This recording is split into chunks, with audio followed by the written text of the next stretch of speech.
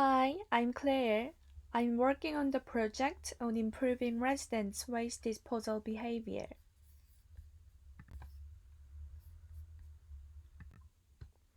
My last review could be boiled down to a story about residents, refuse workers, and accommodation staff.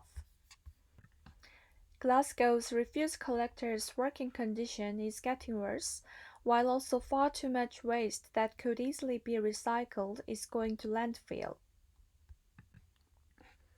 Accommodation staff are distressed by rubbish from residents. It seems human behavior is to blame. However, residents who recycled well from her room couldn't find proper bins or signage in a shared place and had to escape the bin area due to its bad condition. Like the Sombre said, people do not intend to cause environmental harm. It can indicate some other issues like unstructured environmental setting. Then we cannot just blame human behavior. And those thoughts led me to my initial research question. How can we create optimal environmental conditions to improve residents' waste disposal routines?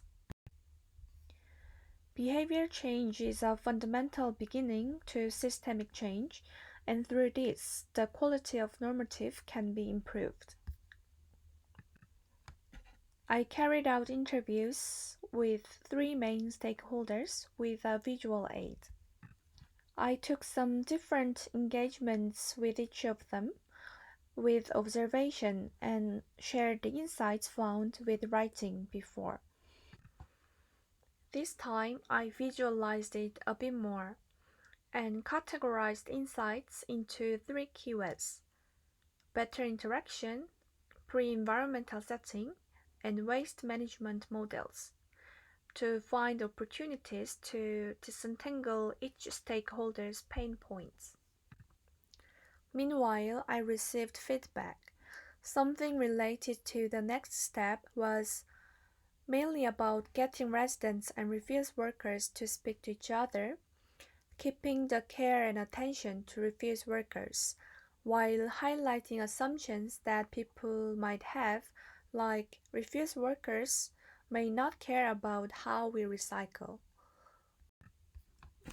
And from common keywords as opportunities, I derived how might we questions from each.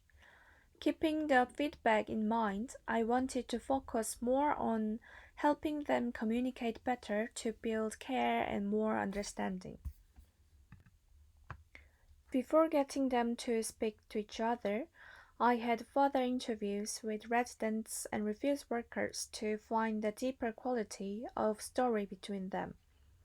Residents had a lack of chance to encounter refuse workers, which led some people to have assumptions towards them. However, some also cared about workers' working condition.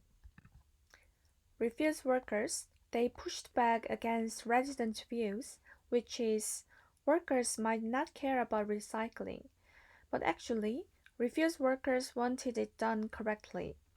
They sometimes really feel like telling residents some advice on better recycling, while they also remembered heartwarming cares from residents.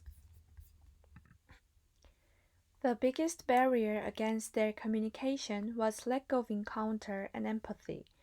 Mostly wanted digital form to communicate with each other.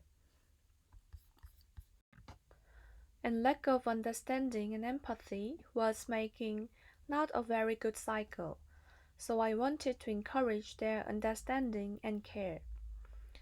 And why bad environment makes people behave even badly? I saw people trying not to contaminate surroundings around a certain bin and the park, but also another group of people just badly throw litters away.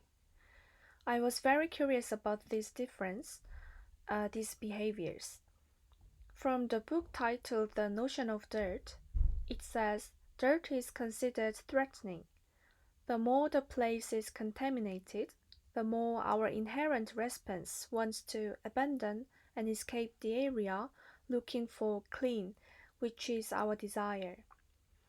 So people's cognition of how they will use a shared place and care towards this notion matters.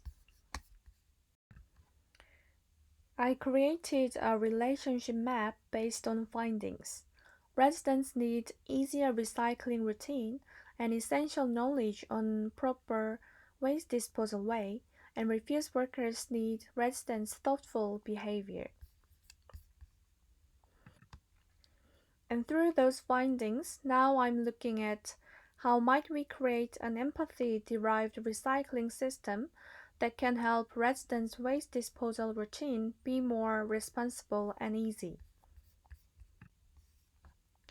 I searched for some case studies that could work practically, also with the advice from a city councillor.